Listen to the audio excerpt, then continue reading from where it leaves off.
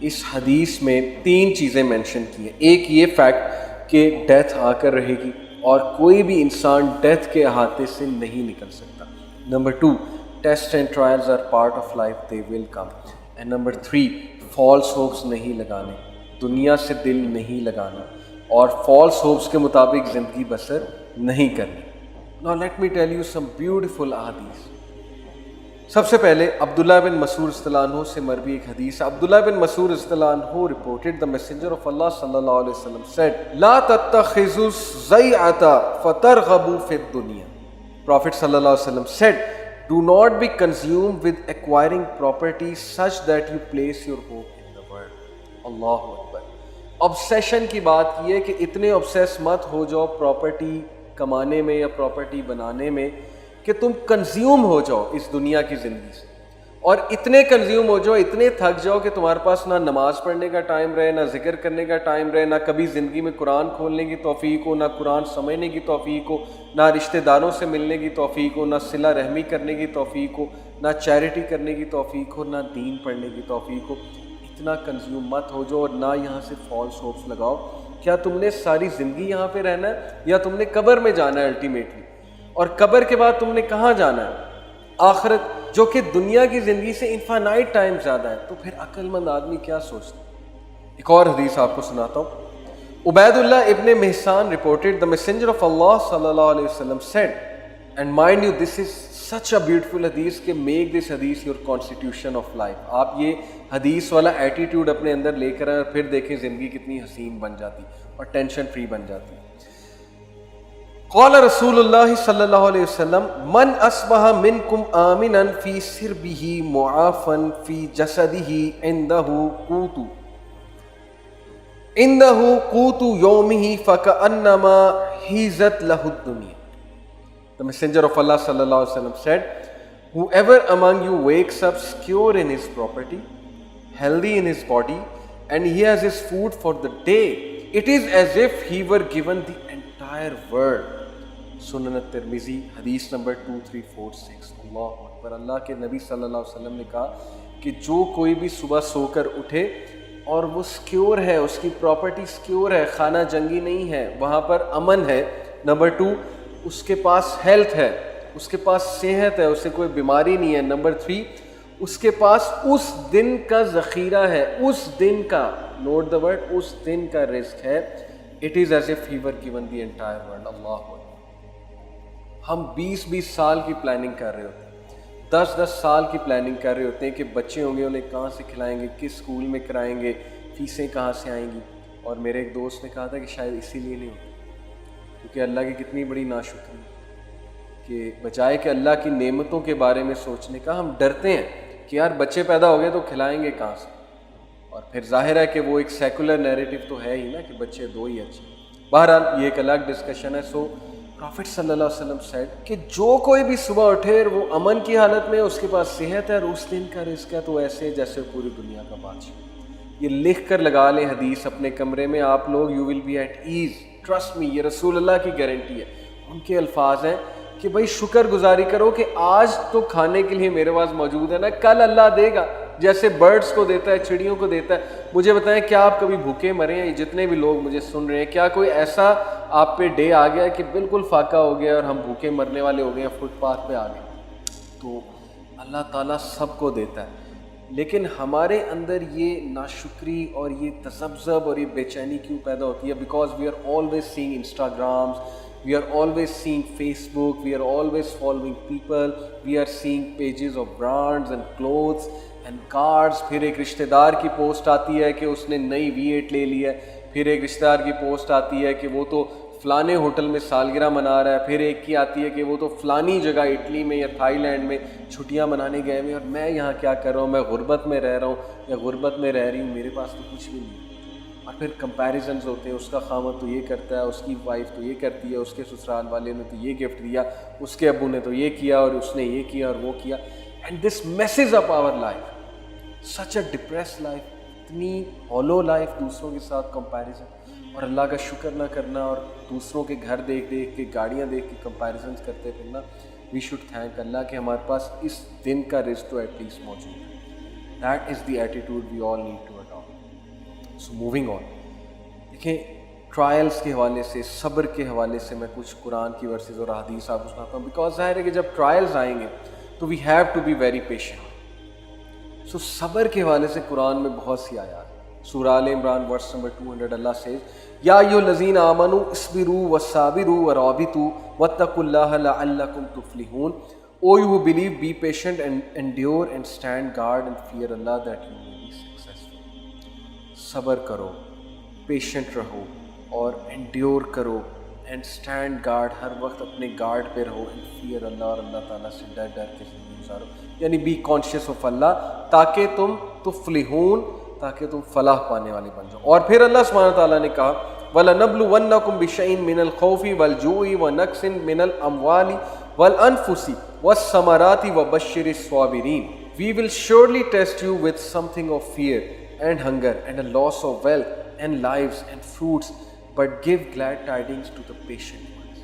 And this is Surah Al-Baqarah verse 155. کہ بشارت دے دو صبر کرنے والوں کو کہ جنہوں نے لاس میں برداشت کی اور اپنے منہ سے ناشکری کے جملے نہیں نکالے اور کم پر اکتفا کر دیا, جتنا ہم نے اسے دیا تھا اس پر وہ راضی ہو گئے. اس کا یہ مطلب نہیں ہے کہ ہم گرو نہیں کر سکتے, ہمیں گروتھ کی طرف نہیں جانا چاہیے, لیکن not on the expense of the philosophy of life.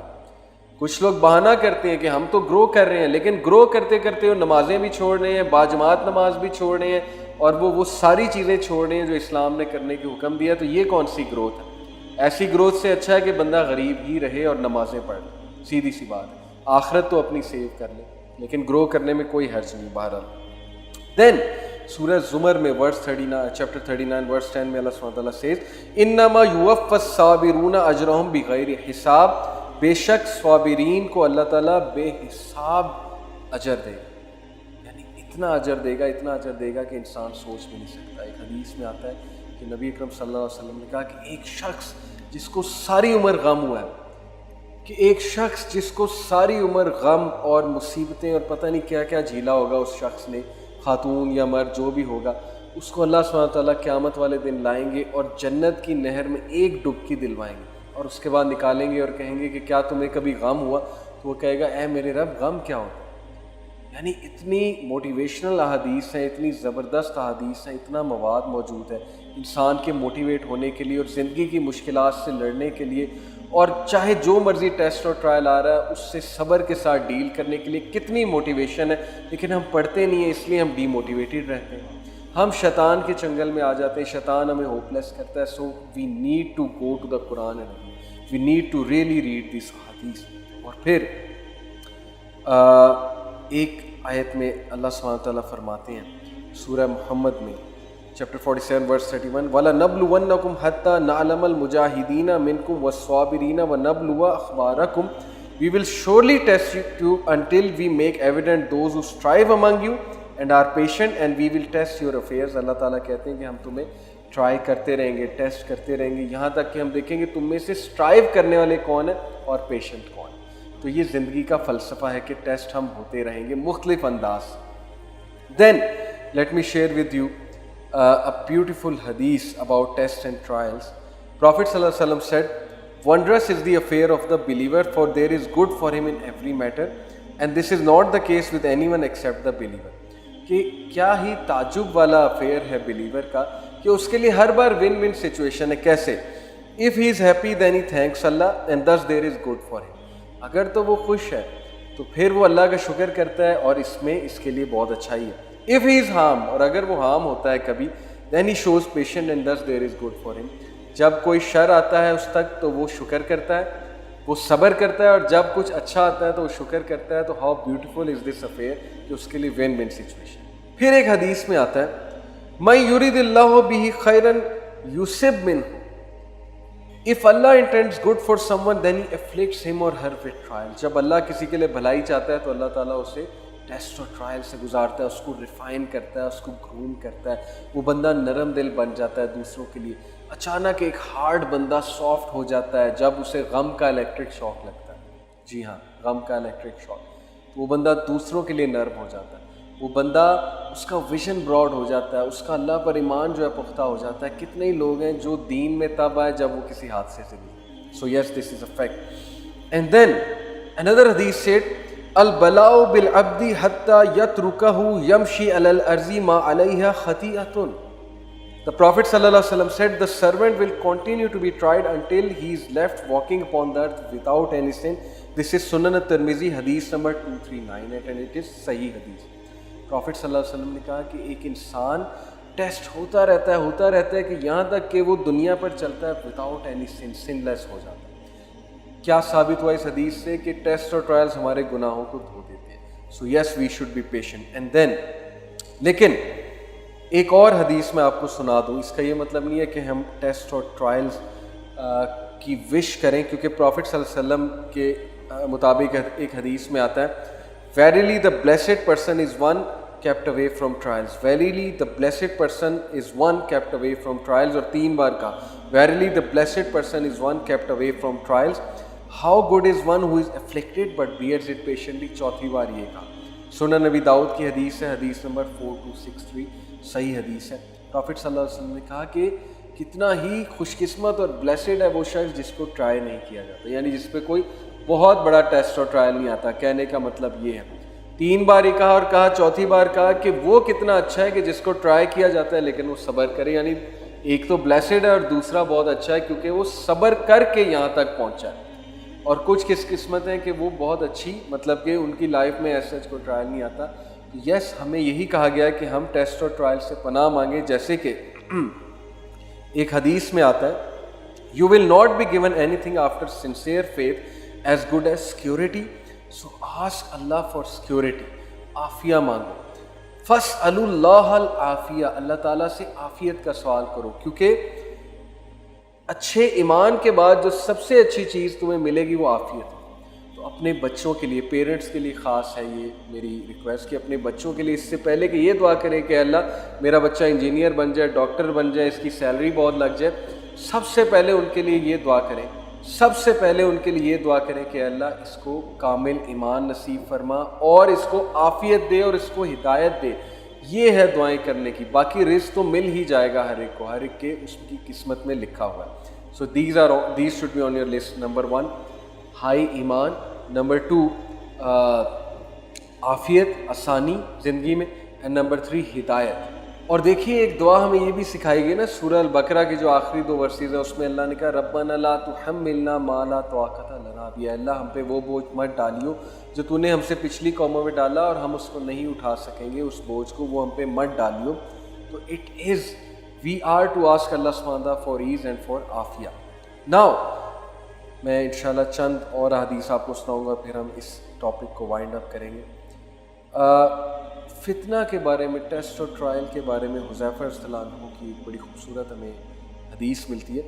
Amir reported that Huzaifa رضی اللہ عنہ he was asked which trial is the worst, سب سے بدترین فتنہ کیا ہے؟ ٹرائل کی بات ہو رہی ہے. Huzaifa said it is when good and evil are before you and you do not know which of them to follow. سبحان اللہ, کیا آج یہ دور نہیں ہے کہ سب سے برا فتنہ ہم پر حاوی ہے کہ گڈ اور ایول ہمارے سامنے لیکن ہمیں نہیں پتہ کہاں جانا ہے. ہم پہچان ہی نہیں رہے کہ گڈ کیا اور ایول کیا, اور ہم بس چلی جا رہے ہیں, جہاں لوگ جا رہے ہیں وہاں ہم چلی جا رہے ہیں. اور یہ ہمارے نوجوانوں کا حال ہے, پتہ ہی نہیں اچھا کیا ہے, پتہ ہی نہیں برا کیا, اور بس چلی جا رہے ہیں. دس از دی ورسٹ فتنہ. اس فتنے سے پناہ مانگے. This should be on your dua list as well. اس رمضان میں اس کو 3 چیزوں کے بعد, نمبر 1 مجھے اللہ کامل ایمان عطا فرما, عافیت عطا فرما, ہدایت عطا فرما, اور پھر یہ کہ اللہ ایسے فتنے میں مت ڈالیو کہ برائی اور اچھائی میرے لیے واضح نہ ہو اور مجھے پتہ ہی نہ لگے برائی کیا اچھائی کیا. یہ دعائیں ہیں آپ کے لیے. This should be on your list. Let me share another beautiful hadith with you. The messenger of Allah sallallahu alaihi wasallam said, Allah tests his servant by giving to him. Whoever is content with what Allah has appointed for him, Allah will bless him in it and expand.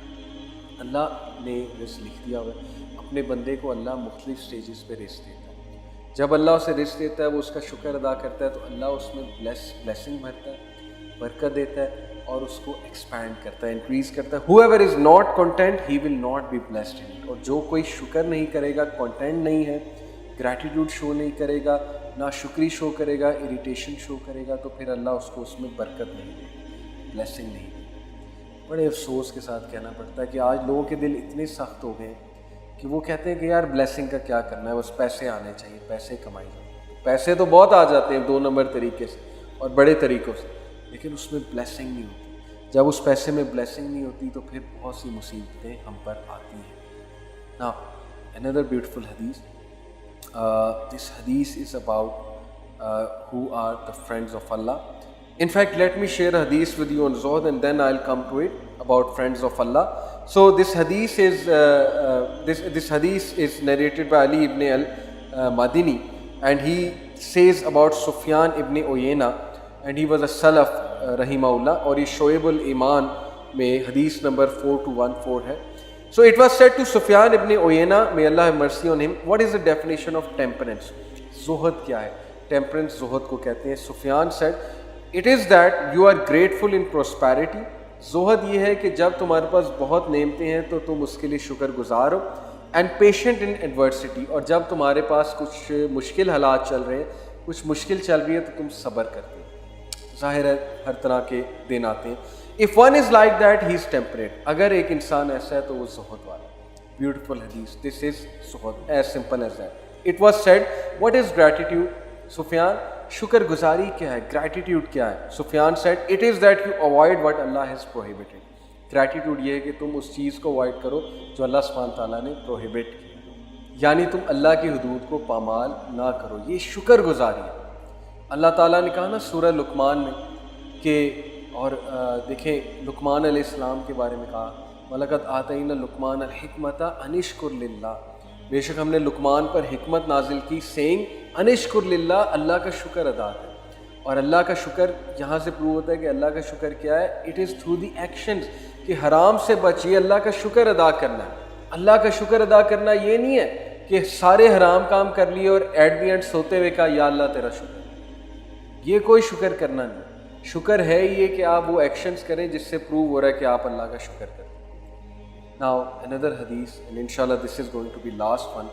Abu al-Hussein reported, Abu Usman al-Hiri, may Allah have mercy on him, said, companionship with Allah Almighty is to have good manners. یعنی اگر آپ اللہ کے ولی بننا چاہتے ہیں, اللہ کے companion بننا چاہتے ہیں, تو اس کے سائنز یہ ہیں کہ you have good manners. Number 1, to always be reverent, یعنی آپ ریورنس شو کرتے ہیں, ہیوملٹی شو کرتے ہیں, بہت زیادہ شکر شو کرتے ہیں اللہ سبحانہ تعالیٰ کو. اینڈ ٹو بی مائنڈفل, اور آپ مائنڈفل ہیں, اگنور نہیں کر رہے ہیں, آپ جانتے ہیں کہ اللہ ہے, آپ اللہ سے ڈرتے ہیں, you are conscious of Allah. Companionship with the messenger of Allah صلی اللہ علیہ وسلم is to follow his sunnah and adhere to the outward rulings. سبحان اللہ, اگر آپ نبی صلی اللہ علیہ وسلم کا کمپینین بننا چاہتے ہیں تو پھر you have to follow his sunnah, that is the sign of companionship with him, and you adhere to the outward rulings. کتنی سنتے ہیں نبی اکرم صلی اللہ علیہ وسلم کی, سونے کے حوالے سے, کھانے کے حوالے سے, لوگوں کے ملنے کے حوالے سے, رات کو مسواک ہے, ٹھیک ہے, دن میں مسواک ہے, وضو کے حوالے سے, پانی پینے کے حوالے سے, کتنی زیادہ سنتیں ہیں. So when you will follow it, that is a sign that you love Allah and His Messenger and you are a companion of Rasulullah, and adhere to the outward rulings, یعنی جو بھی rulings ہیں ان کو follow کرنا, ان کو adhere کرنا. Companionship with the allies of Allah, اور اللہ کے ولیوں سے companionship کیا ہے, is to respect and to serve them. Companionship with one's family and children is to have a good character. Companionship with one's brethren is to always be joyful and cheerful unless there is sin. یعنی you can enjoy, you can be cheerful with them unless there is sin, and to make them smile and to make them happy. Companionship with the foolish is to supplicate for them. foolish لوگ, ignorant لوگ کے ساتھ companionship, best companionship یہ کہ آپ ان کے لیے دعا کریں. and to be merciful to them, اور ان پر رحم کریں کیونکہ they are foolish. and to appreciate the blessings of Allah upon you as you have been kept safe from their trials. سبحان اللہ, کہ آپ کتنی باتیں دیکھیں بتائیں ہمیں سلف نے, ابو عثمان الہیری نے, کہ اللہ کے ساتھ کمپینینشپ کیا ہے, نبی کے ساتھ کمپینینشپ کیا ہے, ولیوں کے ساتھ کمپینینشپ کیا ہے, فیملی اور چلڈرن کے ساتھ کمپینینشپ کیا ہے, اپنے بھائیوں کے ساتھ کمپینینشپ کیا ہے, اور اپنے دوستوں کے ساتھ کمپینینشپ کیا ہے, اور پھر فولش کے ساتھ کمپینینشپ کیا ہے. دا ریفرنس از صفات الصفوہ. It is actually not a حدیث, یہ ایک سلف کا کوٹ ہے. میں نے شروع میں کہا تھا حدیث سنا, تو it is not a hadith, it is basically a quote of this self جس کے بارے میں نے ابھی آپ کو بتایا. سو بہت ہی زبردست فارمولہ ہے if you want to spend life in a very good way. اللہ تعالیٰ کو بھی پلیز کرنا چاہتے ہیں, نبی صلی اللہ علیہ وسلم کو بھی پلیز کرنا چاہتے ہیں, اور ایک رسپیکٹفل زندگی گزارنا چاہتے ہیں, تو simply follow this formula. Now let me conclude with this beautiful dua which Rasulullah sallallahu alaihi wasallam taught us, and with this dua inshallah I will end. اور یہ دعا رمضان میں آپ نے یاد کرنی ہے انشاءاللہ تعالی، یہ آپ کا ہوم ورک بھی ہے فار رمضان۔ اللہ کے نبی صلی اللہ علیہ وسلم اس دعا سے اللہ کی پناہ چاہتے تھے، چند چیزوں سے، وہ کیا ہے؟ اللہم انی اعوذ بکا من الجبن واعوذ بکا ان ارد الی ارذل العمر واعوذ بکا من فتنۃ الدنیا واعوذ بکا من عذاب القبر۔ اور یہ ہر نماز کے بعد بھی پڑھنے کا حکم ہے یہ دعا۔ او اللہ I seek refuge in you from cowards, بزدلی سے پناہ چاہتا ہوں۔ I seek refuge in you from returning to the feebleness of old age, بہت زیادہ بڑھاپے سے تیری پناہ چاہتا ہوں۔ I seek refuge in you from the trials of the world, دنیا کے ٹرائل سے تیری پناہ چاہتا ہوں۔ And I seek refuge in you from the punishment of the گریو، اور عذاب قبر سے تیری پناہ چاہتا ہوں۔ اور اس کا ریفرنس صحیح البخاری حدیث نمبر 2667 ہے۔ ہر فرض نماز کے بعد یہ دعا یاد کر کے پڑھا کریں، یو ول سی کہ آپ کی زندگی میں کتنی بلیسنگز آتی ہیں اور آپ کتنے فتنوں سے اور ٹرائل سے بچ جاتے ہیں۔ یہ دعا فار ایز بھی۔ So my dear brothers and sisters, with this I will like to conclude. میں دعا کرتا ہوں اللہ تعالیٰ ہمیں جتنی باتیں کی اس پہ عمل کرنے کی توفیق عطا فرمائے، اینڈ above all اللہ سبحانہ و تعالیٰ ہمیں اس فلسفہ حیات کے مطابق زندگی بسر کرنے کی توفیق فرمائے جو اللہ کے نبی نے بتایا، اللہ سبحانہ و تعالیٰ نے بتایا، اور کہیں ایسا نہ ہو کہ ہم غلط فلسفوں پہ زندگی بسر کرتے رہیں اور ایٹ دی اینڈ ہم ریگریٹفل ہوں اور ہمارے ہاتھ کچھ بھی نہ ہو۔ اللہ تعالیٰ ہمیں اس گمراہی سے بچائے اور اس ڈسیپشن سے بچائے۔ سبحانک اللہم و بحمدک، اشہد ان لا الہ الا انت، استغفرک و اتوب الیک۔ والسلام علیکم ورحمۃ اللہ وبرکاتہ۔